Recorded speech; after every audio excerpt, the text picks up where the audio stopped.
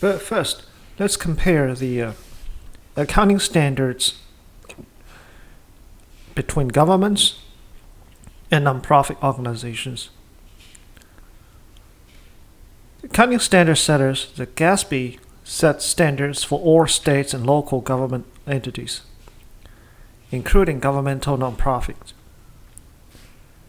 FASB sets standards for non-governmental nonprofit organizations.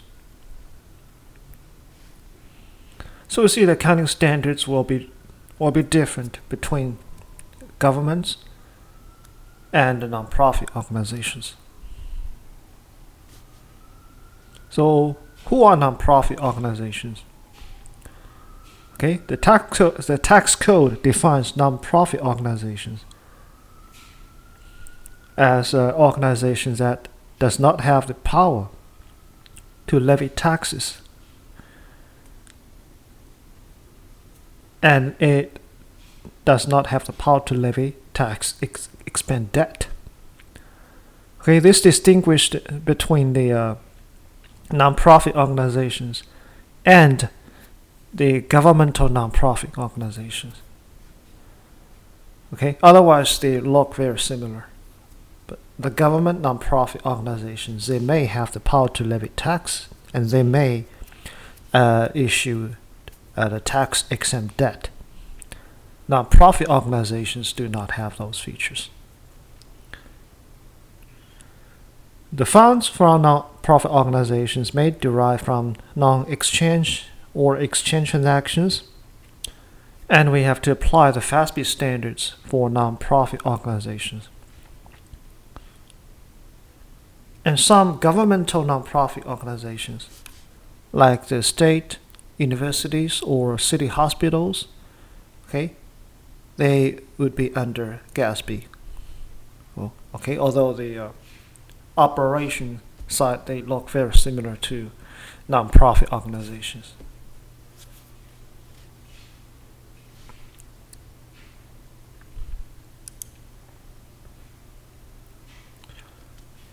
All right, so for nonprofit organizations, we're going to apply the FASB standards, which is accrual-based accounting. Okay, and 3 primary financial statements.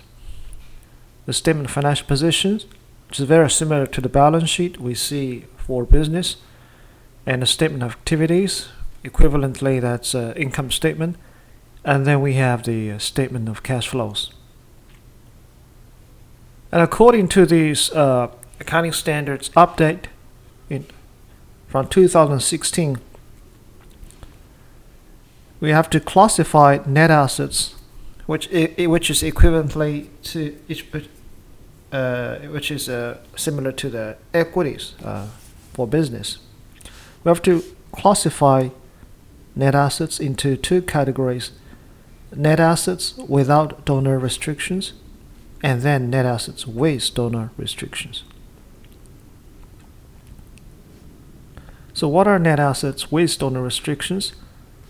Those are resources must be used for the specific purpose in specific periods when specified events have occurred, and endowment that must remain permanently intact with only earnings expended.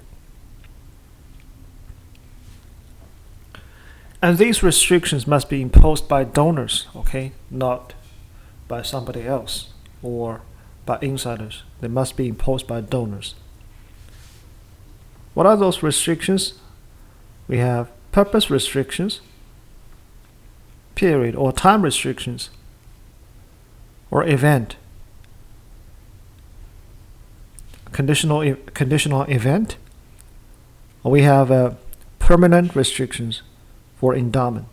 So we're going to talk about those later. Now here is an example of the statement of financial positions issued by American National Red Cross for their fiscal period ended June 30th, 2019. As you can see, this is very similar to a balance sheet. We have assets, liabilities, and net asset. Among assets, we have current assets and non-current. And liabilities, we have current, non-current, or long-term liabilities. Okay, so let's talk about a feature for non-profit organizations' statement of financial position first. According to the standards update, 5 totals must be reported. We have total assets, total liabilities, and total net assets. Within total assets, we have to report net assets without donor restrictions, and then net assets with donor restrictions. Those are the 5 total assets required. And for net assets with donor restrictions, we have to present or disclose the nature of those restrictions, show details, numbers in the notes. For example, for 2019 Red Cross, they have a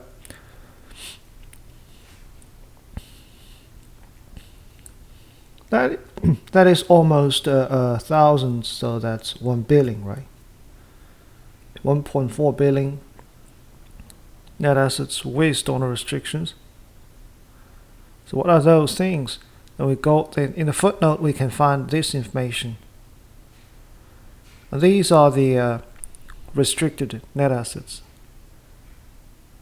It's restricted for disaster and humanitarian services, right? International relief and development services. And the biggest one will be the endowment, which is almost $1 billion. And the other net assets with restrictions. Right? So the detailed information will be disclosed in the notes.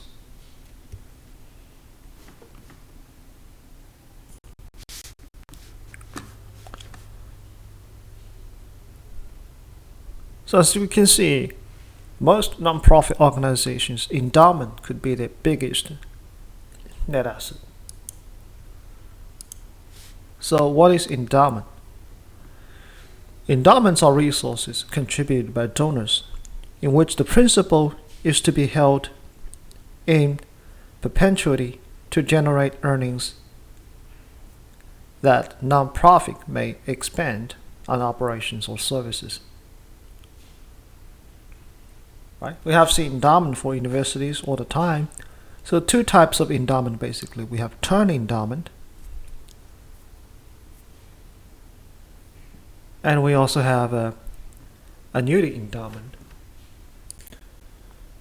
So term endowment is a gift that only the income is available for expenditure for a specified period. Okay? And the principal is as intact, cannot use it, and for a specific period. And once the period has ended, and the principal can be used, is available for expenditure. And then annuity is a gift basically.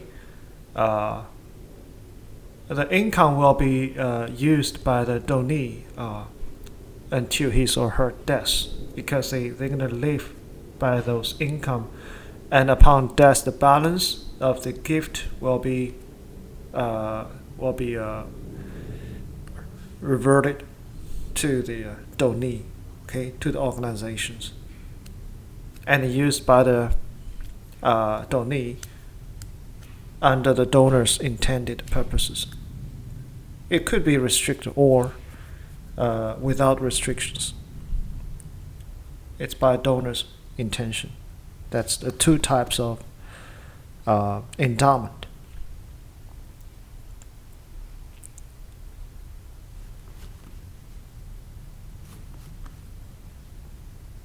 Either way, if we have an endowment, the earnings or income from the endowment most likely will be unrestricted, unless there's restriction posed by the donor. Usually the income will be unrestricted, then ready for expenditure. There's an underwater endowment. When the market is really bad, then the value of the endowment principal will go below its original value. Then it's an underwater endowment.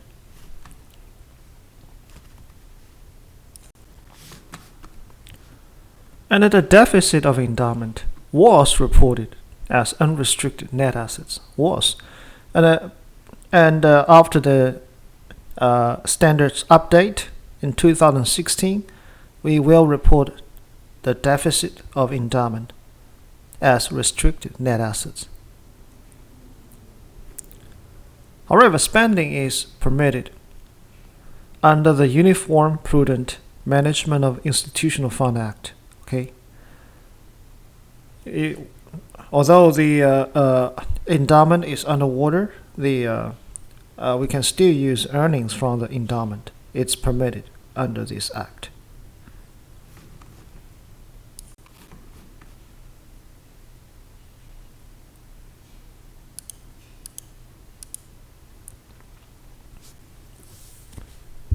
Non-profit liquidity. And also from these new accounting standards update,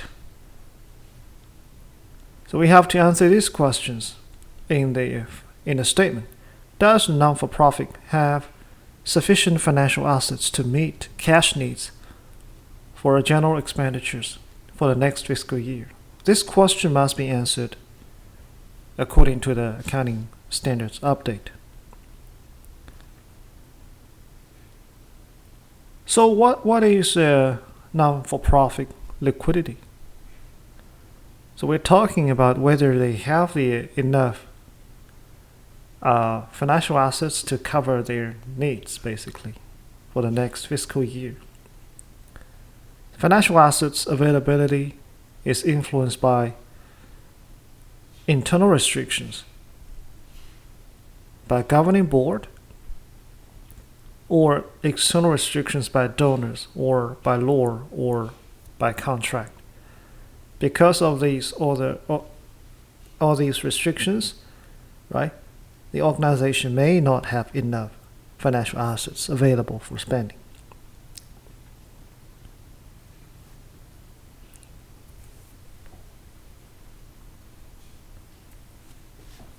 Therefore, to answer these questions, the organization will do the reconciliation between financial assets as of the financial statement date with cash needed for the next 12 months. Okay, here we have an example, again from the American National Red Cross. In the notes to consolidated financial statement, okay, the Red Cross reported its reconciled financial assets that are available within 1 year. So the start with financial assets include, you have cash and cash equivalents, a short-term investment, trade receivables, and a contribution receivables.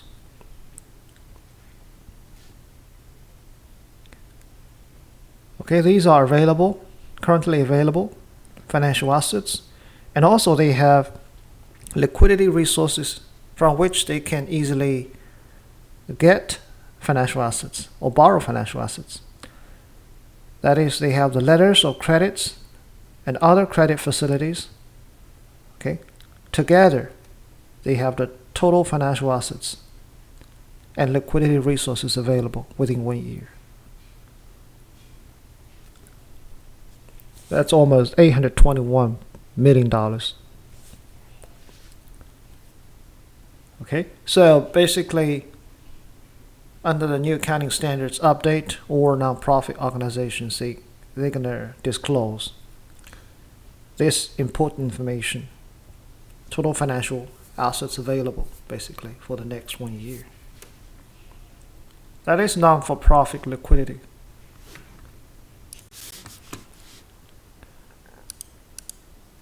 Next, statement of activities. Basically, we're going to report on changes in all classes of net assets for a period of time.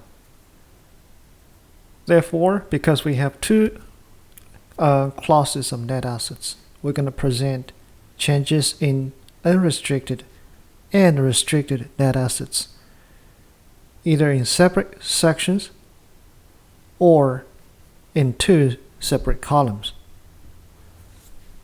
And we need to break out gains and losses or investment and other assets for revenues and expenses. Right? So basically, this is a typical presentation for the statement of activities. This is from the American National Red Cross. As you can see, Red Cross presents statement activities for without donor restrictions and with donor restrictions net assets, the change in net assets in two separate columns. Okay. And generally speaking, the accounting rules does not have a very strict format requirement.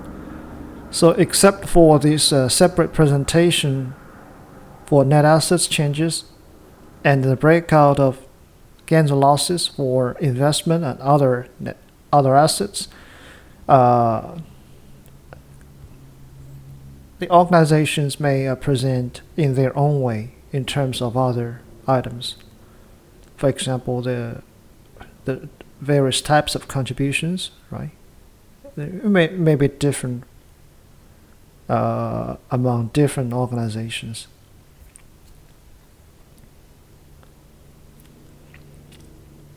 All right, and let's take another look. As you can see, the revenues and expenses are presented differently. Revenues are reported in two categories, right? We have revenues from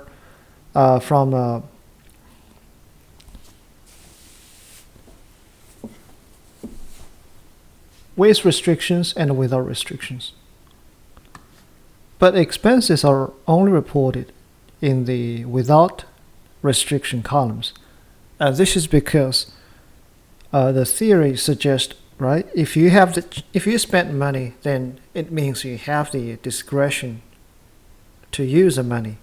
So all the spending side expenditures are without donor restrictions. Okay, that's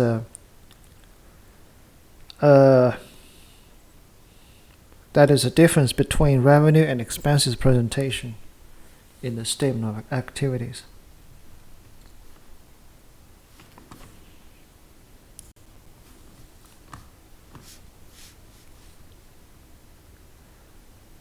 And also, if we look at the expenses, it is separated into operating expenses and supporting services expenses. Right? For operating expenses, we have program services. These are the services provided by Red Cross. Okay. And also, Red Cross has other expenses like fundraising expenses and management and general expenses.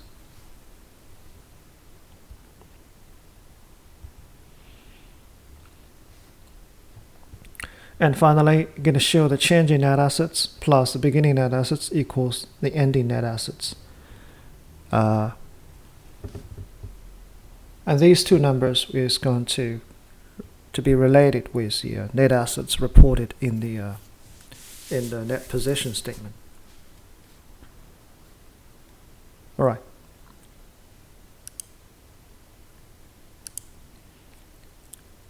And for expenses, under the accounting standards, non-for-profit must report expenses by function. Okay. For example, by program services or supporting services in a separate statement.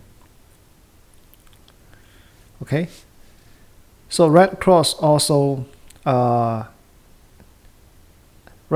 added a separate statement on expenses.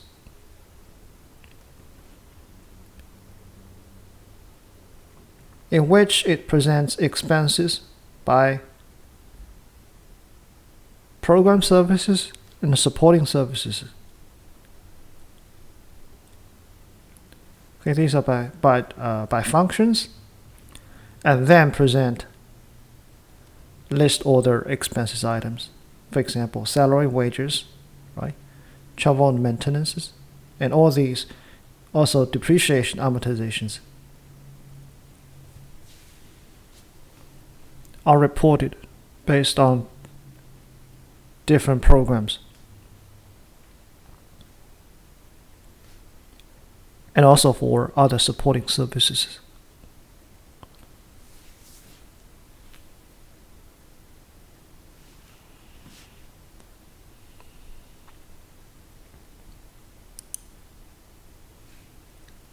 The next is a statement of cash flows. Right? Basically, we're going to follow the FASB and have the three different activities: operating activities, financing activities, and investing activities, with some modification. Okay, with some modifications. First, operating inflows include contributions either not restricted or restricted to short-term purposes. Okay, so contributions not restricted are reported in operating inflows. Contributions that are restricted to for short-term purposes. Okay, are also reported as operating inflows.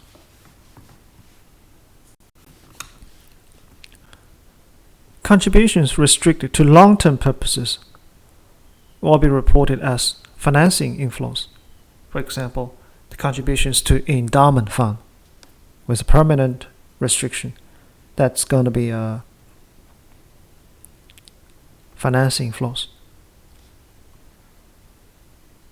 Interest and dividends from investment,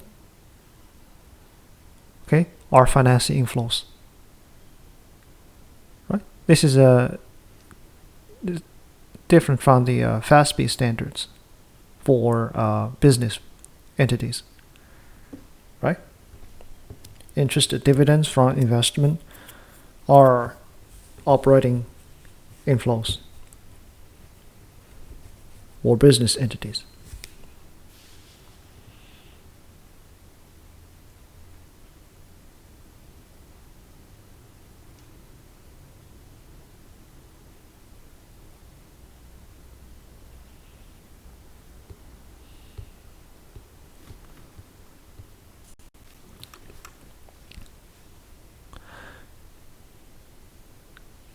And to be more specific, here we're saying that interest and dividends from investment are restricted to long-term purposes. Again, they are financing inflows. But if we have dividends and investment, interest and dividends from investment that are not restricted, then it's operating flows. Okay, which is consistent with the FASB standards for business entities. And lastly, we have contributions restricted to the acquisition of capital assets, and interest and dividends restricted to the acquisition of capital assets. Again, are financing flows. In sum, if we have any contributions or interest and dividends that are for long-term purpose, restrict for long-term purposes, they will be reported as financing flows.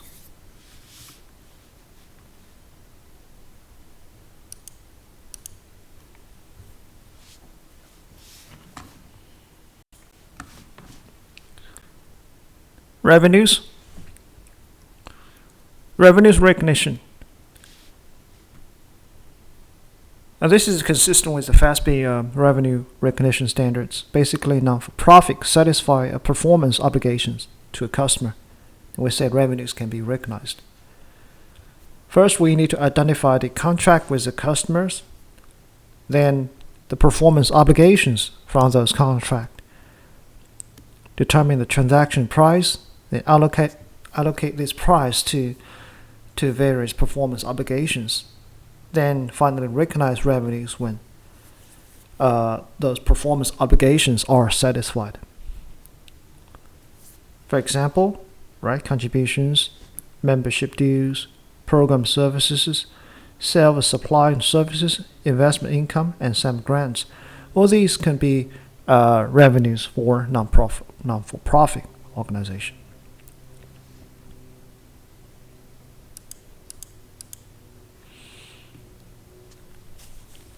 There's contribution. Contribution is a non-reciprocal receipt of assets or services. And this is different from the a revenue from exchange transactions, in which there's a reciprocal receipt and gives up resources of commensurate value. And in contribution, it's non-reciprocal. Okay? One party just gives, the other party just receives. However, sometimes it's not that clear to distinguish contribution with exchange transactions, right? For example, receipt intend in soliciting the resources, right? So the party donate with some intention to get something else.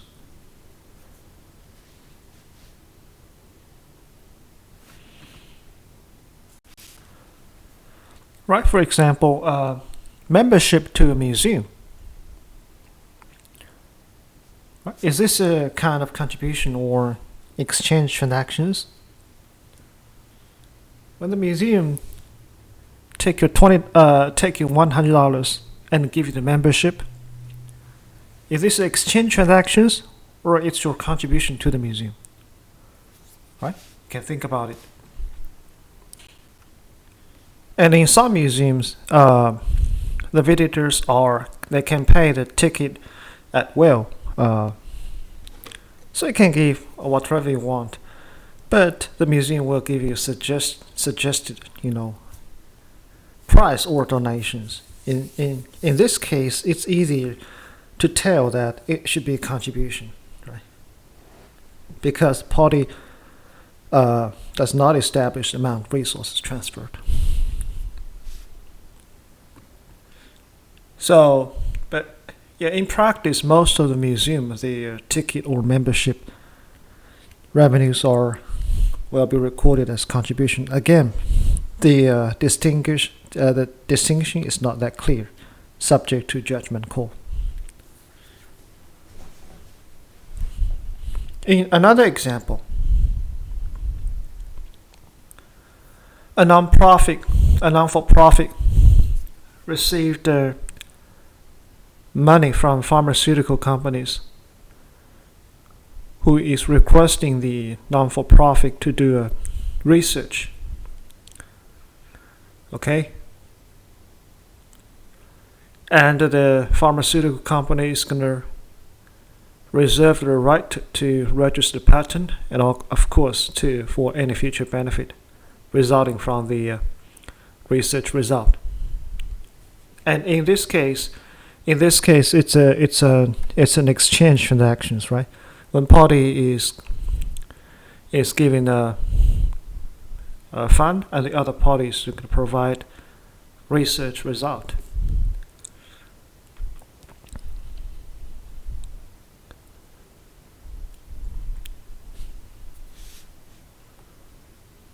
Alright, so this is a difference between contribution and exchange transactions.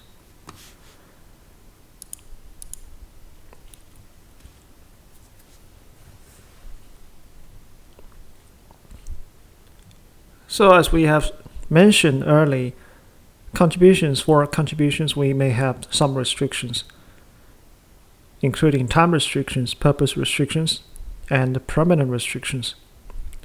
And they will be recorded in different accounts, basically. Okay, for example, during the year, a non-for-profit receives $25,000 of cash without restrictions, and 100 shares of stock having a fair value of $40 per share, and $5,000 cash from donor who said it must be used only for research in the program, and $10,000 from a donor who said it may be used for any purpose but not until the following year. So the total cash received will be $25,000 plus $5,000 plus $10,000. That's $40,000 cash with debit cash. And they also received stocks, which become investment, debit investment with a fair value, right? $4,000. And on the credit side, we're going to credit contribution revenues. All these are contribution revenues, but with different accounts. So without restrictions, that's $25,000 plus the $4,000 investment, which has no restrictions. So $29,000 contribution revenue with no restrictions. And we have $10,000. $10,000, right? It can only be used until next year. So it has a time restrictions. So contribution revenue with time restrictions, $10,000. And finally, the remainder, $5,000 is purpose restriction. Okay?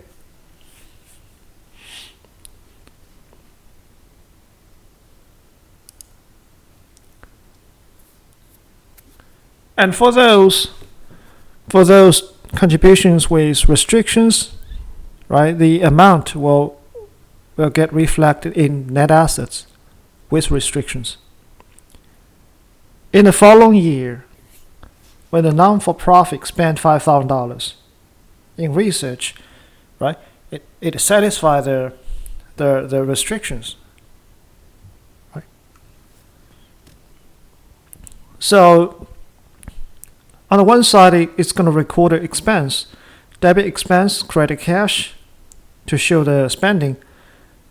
And because the purpose restriction is satisfied, we need to reclassification of the net assets. Basically, we're going to release the amount from net assets with donor restrictions to net assets without donor restrictions.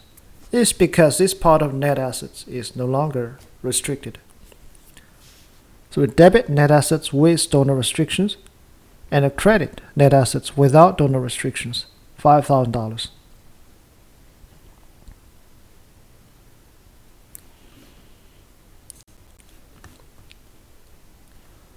Okay, we can also further refine this journal entry by recording $5,000 into the sub-account of net assets with donor restrictions released because of released from purpose restrictions.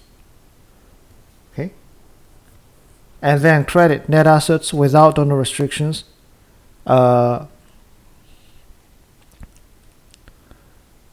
Can see released from purpose restrictions. So by using those sub accounts, we can further refine the journal entry. Eventually, it's going to make the financial report more readable and understandable. But for this course, we're not going to require you to do those sub accounts. It's too much work, basically. So this will be enough for this purpose. And because it's already the next year, the time restrictions automatically satisfied. Again, we're going to reclassify the $10,000 from net assets with donor restrictions to net assets without donor restrictions. So because of these two column settings, net assets with donor restrictions and without donor restrictions, we have a lot of work to do once we spend money or the purpose has been or the restrictions has been satisfied. A lot of work.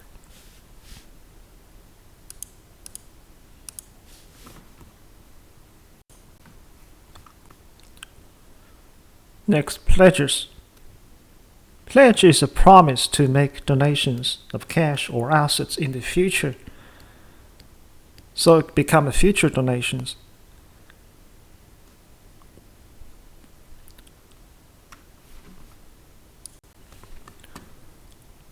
So people may question why pledge is part of the contribution, part of the revenue. Should pledge be account receivable, right? That's true that pledges is kind of receivables, which is not available for expenditure. And if we report it as revenues, it will give the impression that organization has excess assets. But in fact, it does not have it right now. But on the other hand, larger organizations, they can predict non-collection rates. So majority of the pledges will be the contribution, future contribution will be promised, will be guaranteed basically. And also they can borrow against the proceeds from the pledges. Therefore, the pledges without donor restrictions will be recognized as revenue in the period it is received.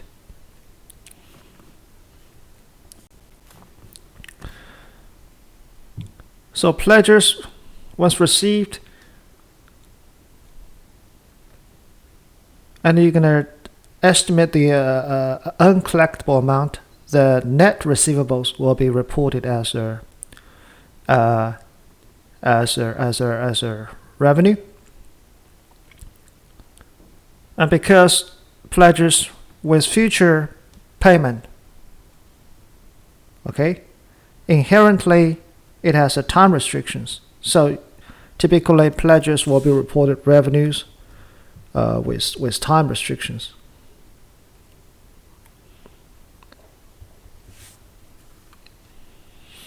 And pledges with any further, remote future payments, here we mean after the next year. So if you receive pledges 2020 and the payment due 2022, okay, and these payments are measured at present value of estimated future cash flows using the discount rate commensurate with risk involved. And we have seen that in the bond section or lease section. Those future cash flows are discounted, or the liability discount. Here it's a revenues, future revenues are discounted.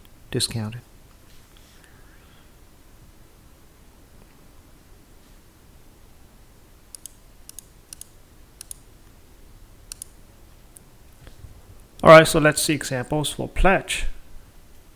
In November, public broadcasting stations conducts its annual pledge drive and received telephone pledges $700,000. By year end, it collects $400,000 of the pledges. Based on previous experience, it estimates that $60,000 of pledges outstanding will be uncollectible.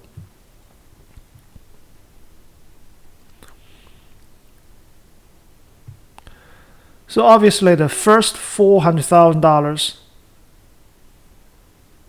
the pledge receivables, credit contribution revenues, no restrictions, right? These are our revenues without any restrictions, and the receivables are collected by the year end. And the rest of $300,000 pledges receivables, debit pledge receivables, only $240,000 will be estimated to be collected. So revenues, contribution revenues, will be reported for $240,000. Again, with time restrictions because they're future payment. And then we credit the difference, the allowance for uncollectibles, $60,000.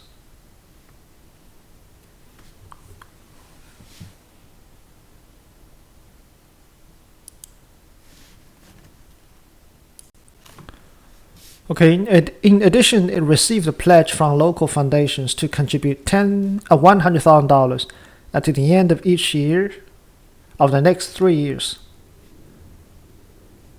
So assume that we have an interest rate 3%, the present value of the annuity not become annuities because we're going to receive $100,000 at the end of each next 3 years. Okay. So the present value of this annuity is $282,861. So we debit receivables with this discounted amount or the present value of the annuities and credit contribution revenues, again with time restrictions with the same amount. When we receive the first $100,000 payment, then by the end of the next year, okay, things are getting a little bit complicated. We won't debit cash, that's for sure.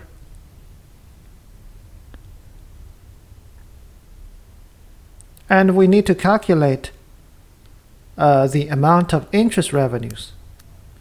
Interest revenues is calculated as the pledge receivables outstanding multiplied by the interest rate, or $8,486 is interest revenues. So it will be reported as interest revenues from contributions. And the difference between these two is a reduction in the pledge receivables. So we credit pledge receivables, $91,514.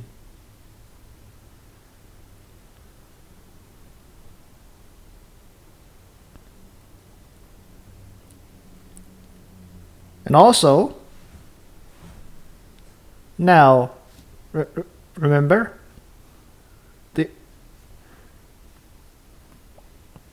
when we receive the pledge, all the contribution revenues are with time restrictions. Now, this part of the contribution have satisfied the time restrictions because we have received money the next year. So we're going to reclassify net assets with donor restrictions to net assets without donor restrictions. Okay? So we have quite many things to do. First, we have to calculate interest revenues. Then we have to reclassify the net assets.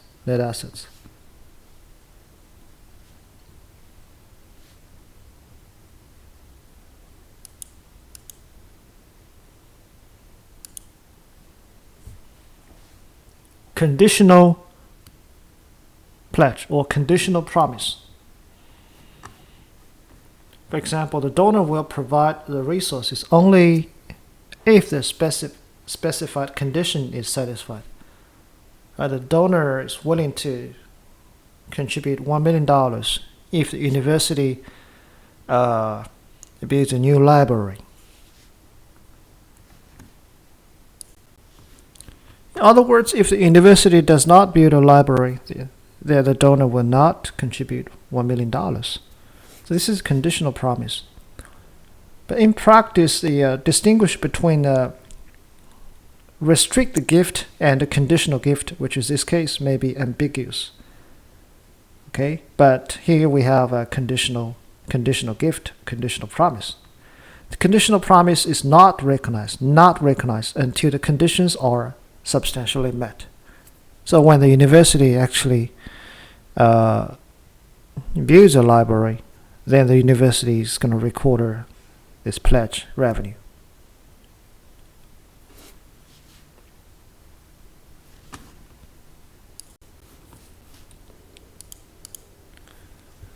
And non-for-profit also can receive other kinds of contributions. For example, contributions of services. So many people are going to work for the non-for-profit organizations for free as part of the contribution. So are we going to recognize the revenues? Okay, we're going to recognize revenues when one of the following conditions is met. Okay, those kind of services, they create or enhance non-financial assets. For example, people build a house. Okay, build a house for the non-for-profit organizations. The house itself is a non-financial assets, significant non-financial assets, right? So this will be recorded. Or those kind of services require specialized skills. For example, AC companies, right? In store, they serviced the non-for-profit organizations AC units for free. Usually they're gonna charge, right, $500 or $1,000 for all the work, but now for free it's kind of service contributions, and these requires a specialized skills. Okay, typically from the professionals. So a typical, those kind of contributions include free accounting services provided by CPAs to the church, right? Or professional contractors, their services to build roads, or build small buildings for the non-for-profit organizations. But services like from us, for example, in the weekend we can work 1 or 2 hours for non-for-profit organizations as part of the contributions, but because we're not professionals and the work we have done it do not enhance non-financial assets, probably just plant some trees or some strawberries, do some garden work, and those will not be recognized. Okay, those will not be recognized as contribution revenue. So journal entry to record those contribution services, we're going to debit expense, for example, repair and maintenance expense, and credit the in-kind contribution from services, $5,000.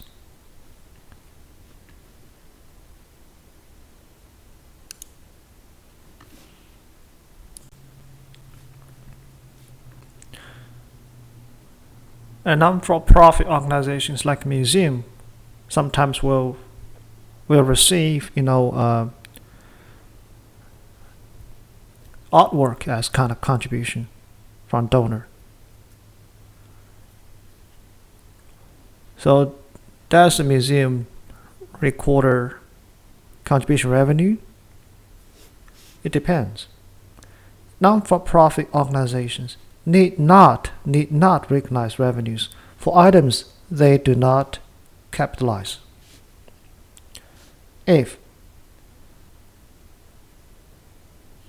this piece is held for public exhibition, education, or research purposes, it's protected, cared, and preserved, and preserved, and the proceeds from sale goes to acquire other items for their collection.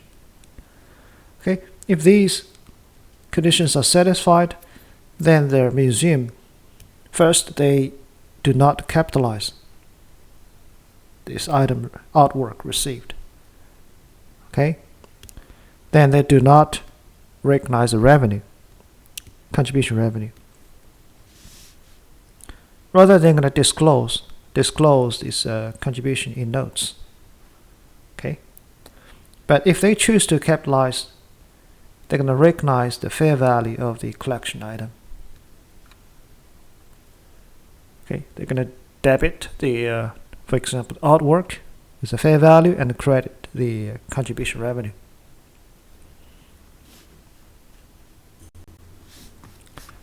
So if you read some museums or other non-for-profit organizations financial statement, you don't see a lot of net assets, but in fact they do have a lot of things, but they didn't capitalize those items.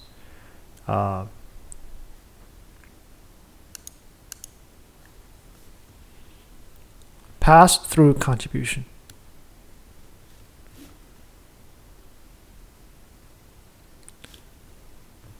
So if somebody donate, let's say $10,000 to non-for-profit organizations requesting the money to be further distributed to somebody else, this is a pass-through contribution, right? Usually, pass-through contributions are not recognized as revenues, but it becomes liabilities payable to somebody else, but with two exceptions. If the donor has granted the organization the unilateral right to redirect the use of the asset received to another beneficiary, we call this variance power. So they give the non-for-profit organizations the power to redirect the use of the assets received to another beneficiary. As a non-for-profit, I can choose who I'm going to give the money to, right? If we have the variance power here, then we're going to recognize the pass-through contribution as a revenue for the non-for-profit organizations. In another case, if the receipt of organization and the beneficiary organization are financially interrelated, then the received organization recognizes a revenue, and the beneficiary organization recognizes an interest in the net asset of the received organizations.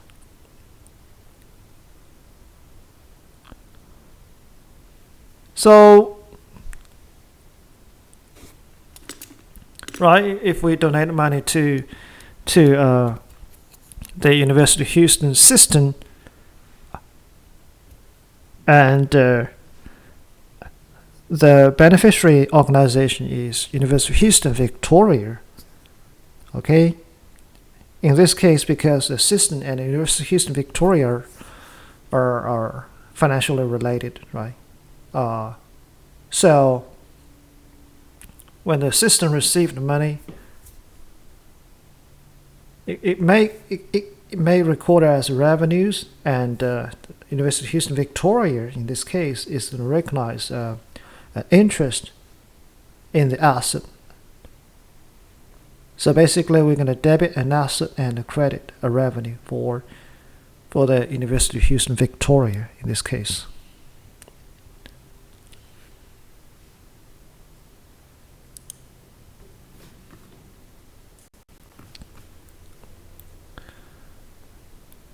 Next, let's talk about investment gains losses, which could be an important part of their revenues for non-for-profit organizations. First, investment should not be classified into three categories like the business entities do. For business entities, right, they need to record their investment as trading, available for sale, or held to maturities, three categories.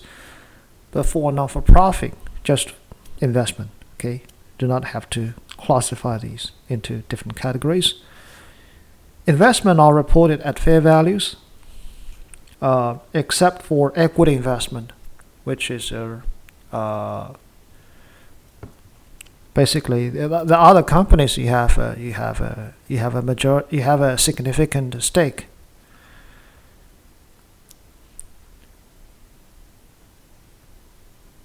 And we recognize gains losses as fair value changes.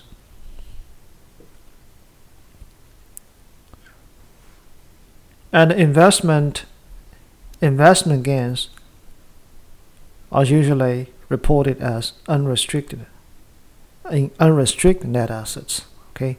Unless the donor has direct portion of the gains to be included. The donor can ask for for it, the donor can direct a portion of the gains to be included in permanent restricted. Then in this case, the gains losses from investment will be restricted. Otherwise, normally the gains and losses will be unrestricted.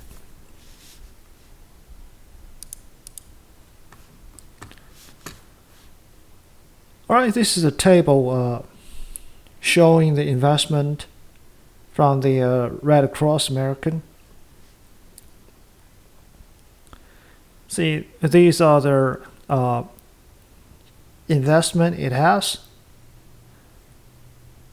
Fixed income, the government securities, right, common stocks, and other things. These are reported at fair values. Again, 3 level fair values, and we have seen these from the financial accountings, right? With the level 1 to be the most reliable and level 3 for the least reliable numbers, but we don't have any for level 3. So the total investment, including equity, the equity method is not in fair values. The total investment is a lot of money. It's $1.5 billion. That's a lot.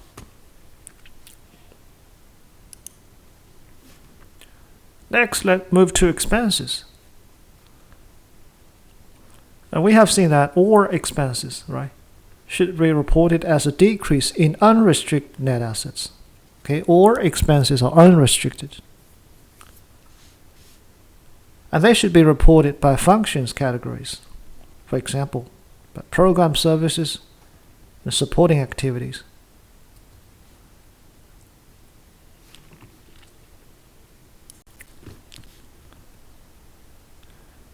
And just like business entities, non-for-profit will depreciate all their capital assets except for collections. And basically use accrual accounting for reporting expenses.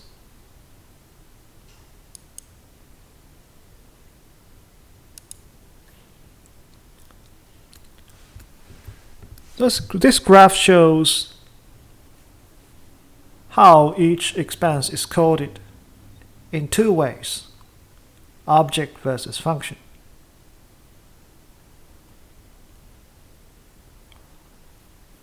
So first we can report expenses by their object. For example, we have salary expenses, right? Depreciation expenses, utility expenses. And at the same time, we can also report expenses by their function. Like for program A, program B, the management, and for fundraising, these are for functions. So if we adopt this reporting code, we can have very specific expenses. For example, salary expenses for program A, right? Depreciation expenses for fundraising.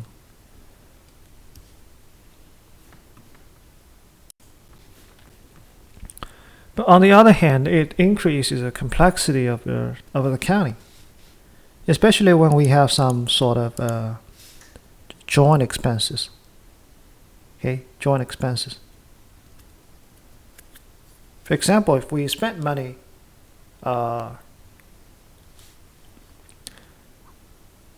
it can be a joint expenses.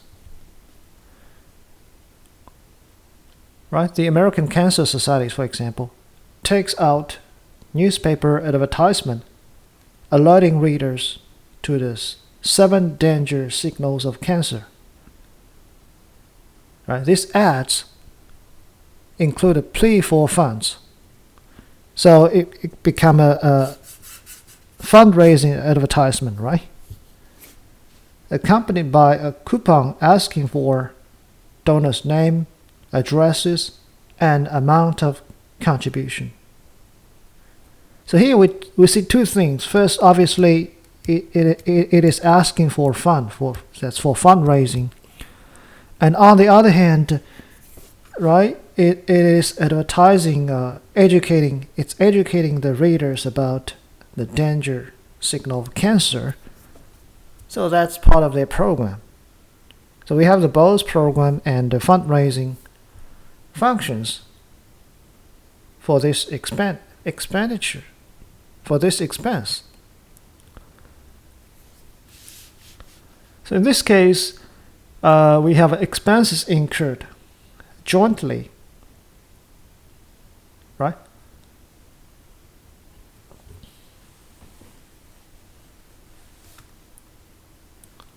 So how do we split the expenses between different functions, between the fundraising and administrative costs, or should we apply the whole amount as fundraising expenses? Okay. Then we have to see the following conditions. To split the cost between different functions, we have to meet all three criteria.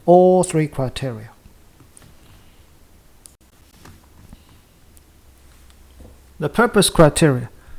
Does the joint activity support program or management general functions? Right? If the majority of contributions are paid to outside contractors, the criteria is not met. So first we have to see the purpose. Does this activity support the program or management general functions? In this case, the advertisement actually is educating the readers. So for this reason, it does support the program. Next, audience criteria. What are their targeting criteria for potential donor? Right? If the target group is selected based on its need for the program or ability to help advances the program, then the criteria is met. If target group is selected for financial support, the criteria is not met. So who are the audience? Who are the reader? If I put this advertisement only to the rich people that I want them to donate, then this criteria is not met. If I put this advertisement to the general public or the people who are subject to the danger of cancer, okay, then I'm helping them, or I'm educating them. This is a support of the program. Okay, so this criteria will be met. Depends on the audience. And finally, the content. Do materials call for specific actions that will accompany the mission other than financial support? Right, for example, this society may ask the audience to stop smoking or to do more exercises, right? In addition to the financial support requirement, or in addition to soliciting the financial support, then we say the content, right? The content criteria is met. If the advertisement or the materials is only for financial support, okay, then this content criteria is not met.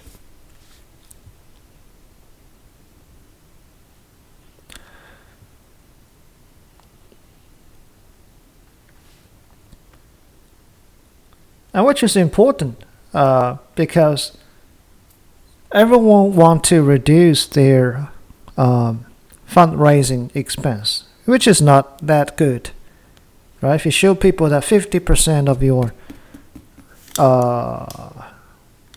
revenues are used as fundraising expenses, that's not good. Nobody's going to donate money to you, right? But if you can split the cost into between their fundraising function and other functions, that's going to significantly reduce your expenses for fundraising functions. But to split, we have to satisfy all three criteria, and which is not easy. So let's see a few examples.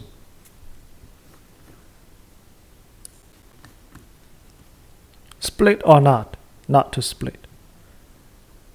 Right. First, the Citizen of Educational Reform conducts a telephone campaign, both to solicit funds and to urge the persons called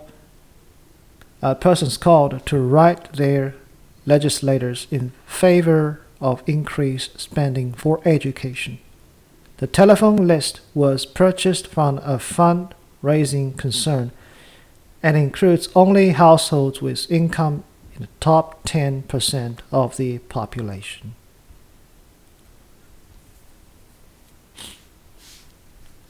Right, let's check a few criteria. Purpose, right?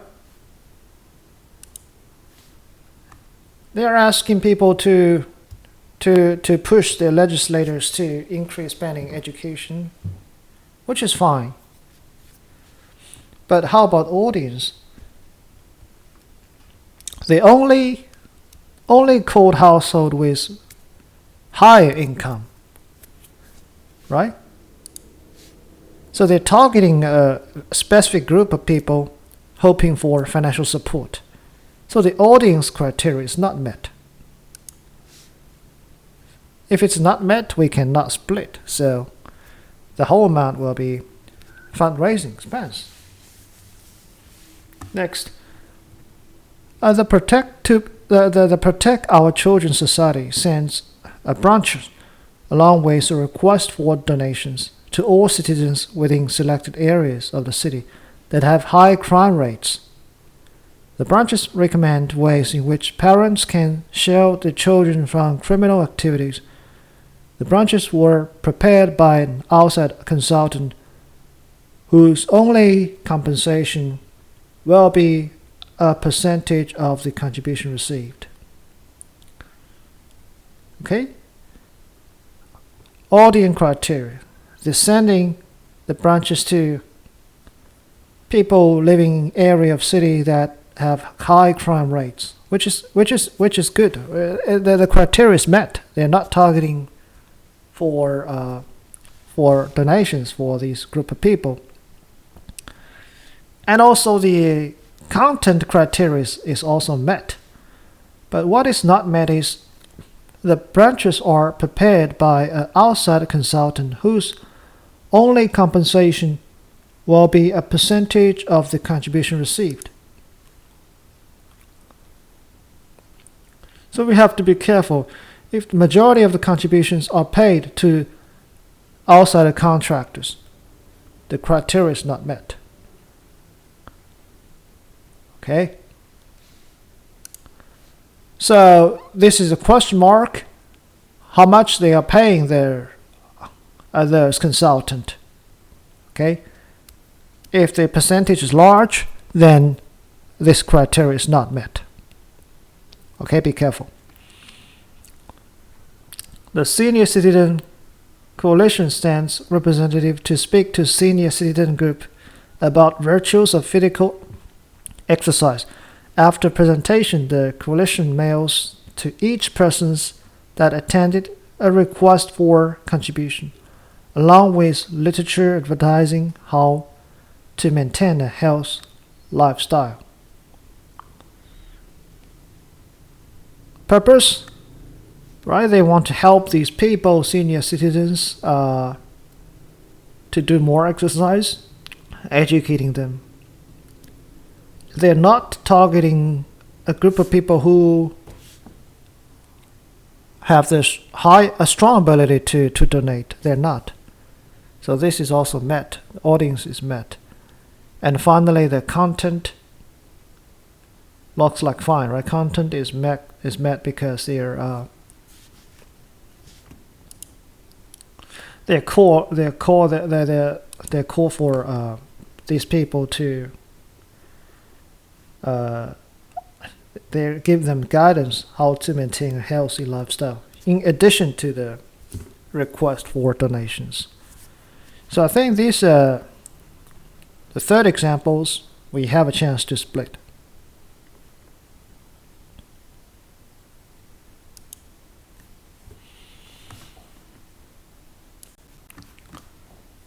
Reporting entities. Non-for-profit organizations can be integrally affiliated with either businesses or other non-for-profit organizations. So, in terms of reporting, who should I include and who should I exclude from my financial statement? A non-for-profit should include related entities in their financials when it can exercise significant influences over that organization. And here, significant influences means controlling financial interest, direct or indirect, for example, ownership. Or it has both a voting majority on governing board and economic interest. Here, both. The voting majorities on board and voting majority on economic interest. If it has only one, then this organization will be excluded from financial statement, but may disclose it. In the third case, it controls entities by contract or affiliation agreements, although we do not have the controlling financial interest or have their majority voting rights, but we control the entities by contract. Okay, in both three cases, this organization will be included in the non-for-profit financial statement.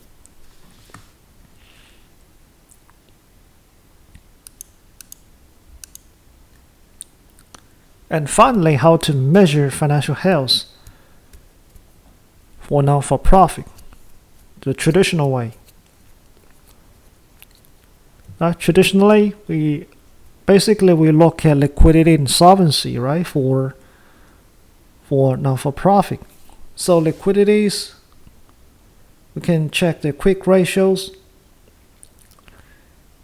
and the current ratios to see if they are liquid for current assets, or if they are liquid, right? Or you can also check the solvency, for example, the burden of debt.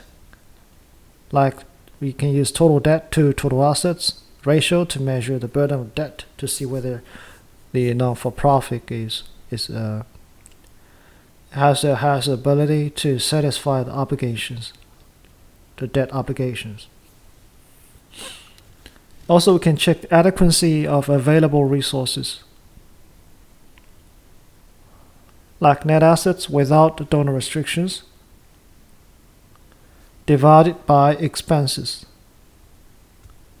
Right? This ratio provides indication of the extent to which the organization has reserves in case of a temporary imbalances between revenues and expenses. Right? So do they have enough reserve to cover expenses?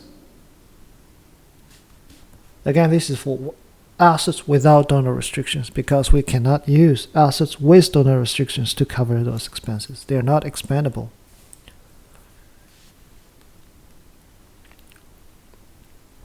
Also, we can use whether they have operating surpluses or deficits to measure their performance. But this is not a main ratio. Non-profit to report a deficit, that's quite normal. But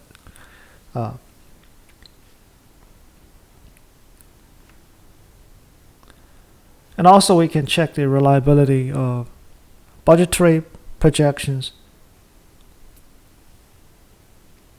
We can use both the dollar and percentage variances between budgeted revenues and expenses and actual results to see if the we will have a reliable budgetary projections of the financial performance.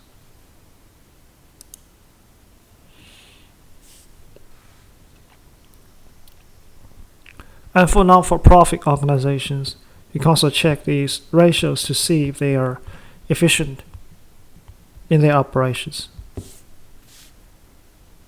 Right? Fundraising ratio. This measures the fundraising expenses as a percentage of total related revenues. This ratio can be expected to vary widely among non-for-profit organizations. Some organizations, right, especially those that derive most of the revenues from exchange transactions, they incur virtually little fundraising costs because most of their revenues from exchange transactions. Others, however, especially for those that rely on non-exchange revenues only for donations, they spend almost a large amount of their revenues on fundraising.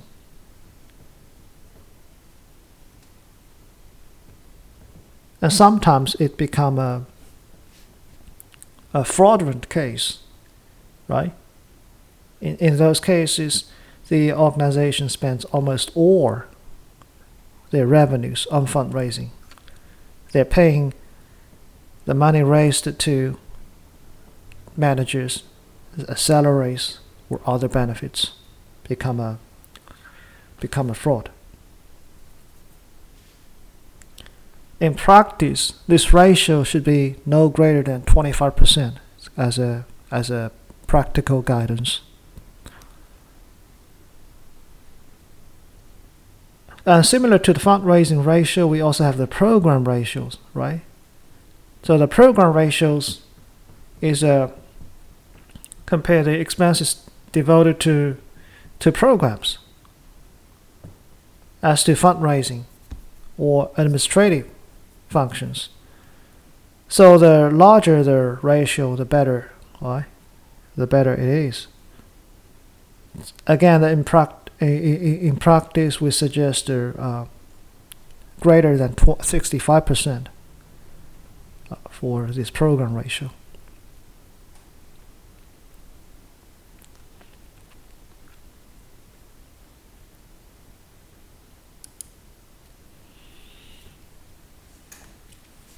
Another ratio we can check include contributions and the grant ratio.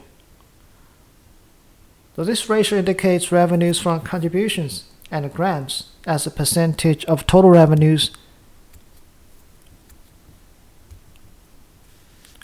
Why it's important? Because more revenues from contributions and grants, the more risk this organization has, because the revenue stream may not be stable if it relies only on contributions and grants.